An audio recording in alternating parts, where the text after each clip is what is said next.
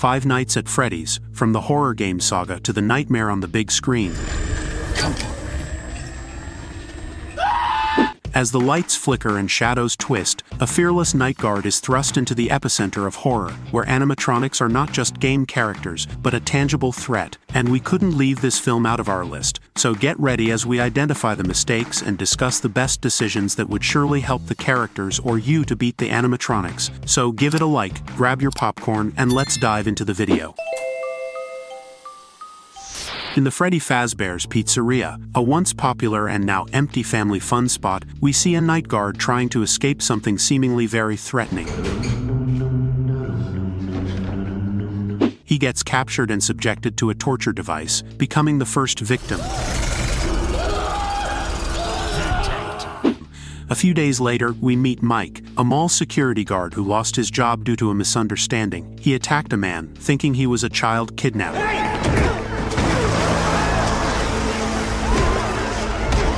Mike witnessed the kidnapping of his brother Garrett as a child, leaving him with a deep trauma he has yet to overcome. However, this doesn't justify what he did, and certainly Mike shouldn't have acted impulsively without carefully assessing the situation first, as child kidnappings usually have clear signs. One of them is that if the child is in danger, they are likely to cry, and since the boy seemed calm, there was no reason to worry. In this way, the best decision in this case would have been to approach the child and ask if everything was okay, and if the boy responded negatively, Mike could have taken steps to resolve the situation and wouldn't have lost his job, something that often happens to Mike, as pointed out by his career counselor Steve, who, upon discovering the young man's last name, Michael, offers him a job as a night guard at a pizzeria, despite stating earlier that there were no vacancies. However, Mike remembers his younger sister Abby, and for this reason decides not to accept the night job, as he doesn't want to leave her alone. Okay, Mike should have noticed the change in Steve's attitude after learning his last name. Furthermore, Steve had stated that there were no job openings for someone with a resume like Mike's, and suddenly offered this opportunity. Given this, Mike should have been suspicious about this job, not to mention the chance of it being dangerous,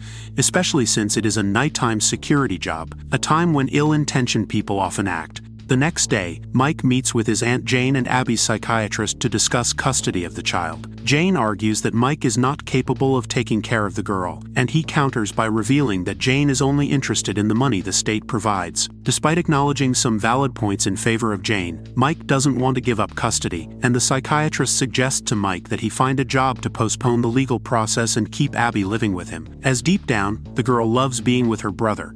So, thinking of his sister's well-being, Mike accepts the night guard job, and Steve explains that the job involves protecting the pizzeria, which closed in the 80s, but he needs to be careful because the electrical system and monitoring equipment are old and may fail.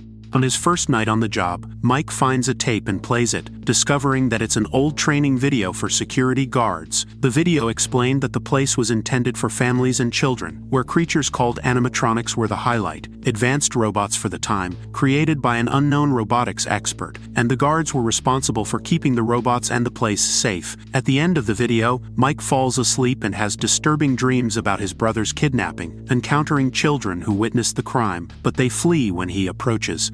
Mike has had the same dream for over 10 years, but it started to change only after spending a night at the pizzeria, leading us to believe that something supernatural is present in that place, and is trying to communicate directly with Mike. Therefore, the best decision for Mike would be to investigate what happened at the pizzeria, and what led to its closure. Additionally, it seems that Mike is not aware of what is happening in his own town, as several guards have disappeared in the pizzeria in recent years, indicating that there is something very dangerous there.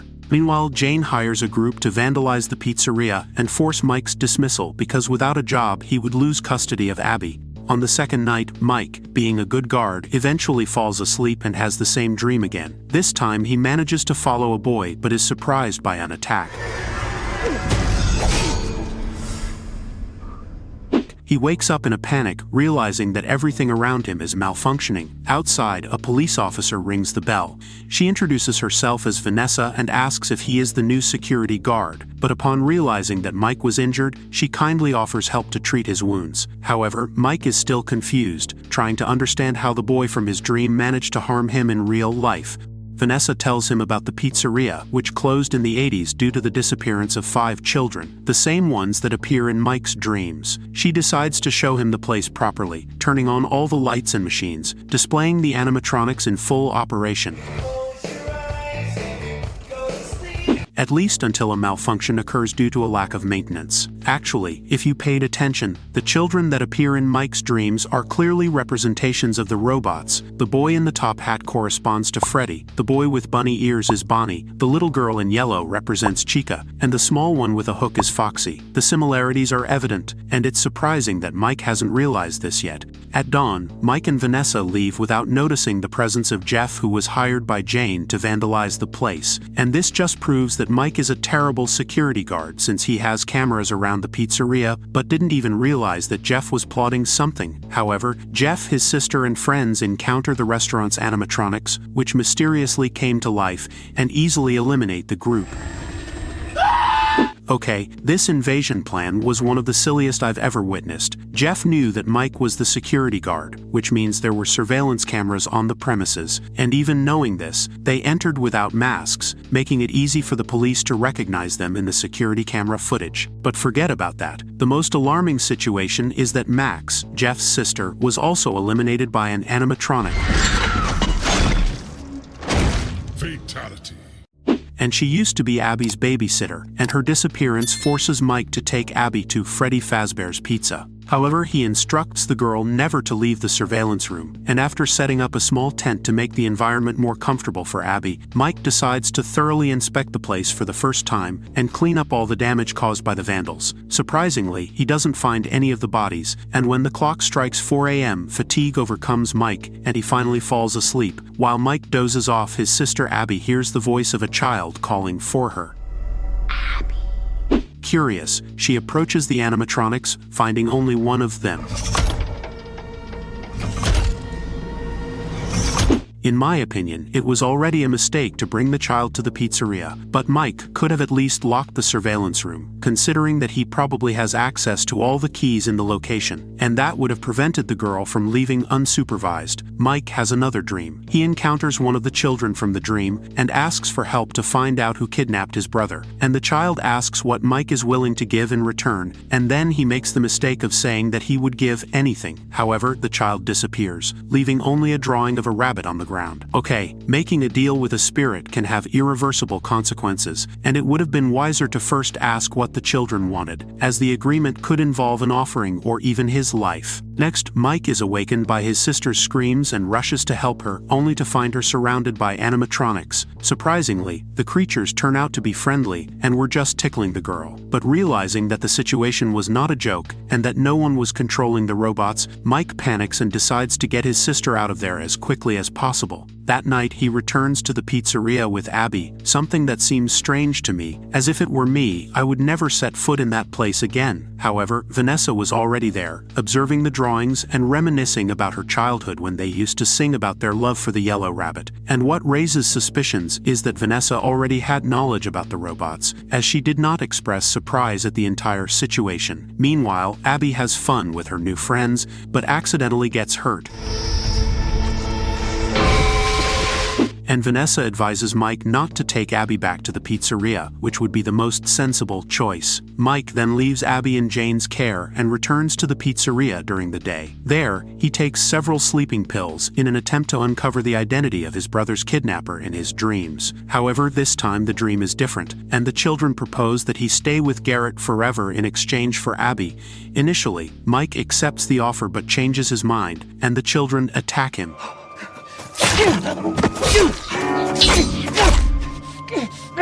And later he wakes up tied to the same torture device that had ended the first security guard. Desperate, he escapes the device and finds the bodies of the group that invaded the pizzeria. But as he tries to flee, he is severely injured by Foxy. Okay, it's really surprising that Mike didn't discover these bodies earlier and report to the authorities given the circumstances. The smell of them should have been detectable from a distance. Also, it's hard to believe that there is no ongoing investigation into the disappearance of these young people. But forget about that, because Vanessa finds Mike and she tells the truth, revealing that the yellow rabbit is responsible for the children's disappearance in the pizzeria and hid the bodies in the animatronics. Consequently, the robots were possessed by the spirits of the children and somehow led by him. Furthermore, Vanessa hands Mike a photo of a man dressed as the yellow rabbit and identifies him as her father. He's my father. And if we look closely, it's possible to notice the toy in Vanessa's hands, the same one Mike's brother was playing with when he was kidnapped, reinforcing the possibility that the yellow rabbit is responsible for Garrett's abduction. Meanwhile, the animatronic Freddy, possessed by the blonde boy, finishes off Jane and takes Abby back to the pizzeria in a taxi. What the? Oh my goodness! Vanessa reveals that the animatronics plan to turn Abby into one of them and provides Mike with tools to defend himself, explaining that electrical shocks can temporarily incapacitate them. Mike in turn suggests that she accompany him, but Vanessa refuses, saying it would be useless if her father were present. However, she gives Mike tips on how he can enter unnoticed. Okay, the obvious question is why Vanessa didn't reveal this information to Mike or her fellow police officers earlier, given that her father was a serial killer hiding bodies inside robots. Mike manages to enter the pizzeria unnoticed and, after throwing water on the stage, uses a stun gun to disable Freddy and Bonnie.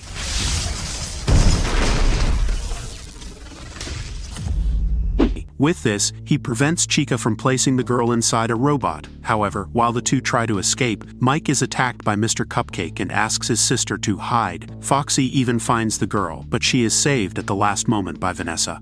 Okay, with the animatronics temporarily disabled, the most sensible option would be to find a way to destroy these creatures, either by removing their limbs with an axe or even starting a fire to eliminate them. However, they take too long, and the rabbit appears, and after knocking Mike unconscious with a beating, he reveals himself to be Steve, or rather William Afton, the serial killer. Vanessa tries to help Mike by shooting the rabbit, but it doesn't work, and she is attacked by Steve. However, Abby tries to help, and as the girl was friends with the children, she quickly draws on paper to describe that the yellow rabbit was evil. This frees the animatronics from the influence of the serial killer, and they turn against him. Mr. Cupcake damages the rabbit's suit, activating internal mechanisms that fatally hurt him. And later, the animatronics take Steve into the darkness, while Mike and Abby try to help Vanessa. Days pass, and the heavily injured Vanessa falls into a coma, while Mike and Abby try to return to their normal routine after the disturbing events. Hey guys, I hope you enjoyed the video, and share in the comments how you would defeat this movie. Don't forget to subscribe for more adventures, and until next time.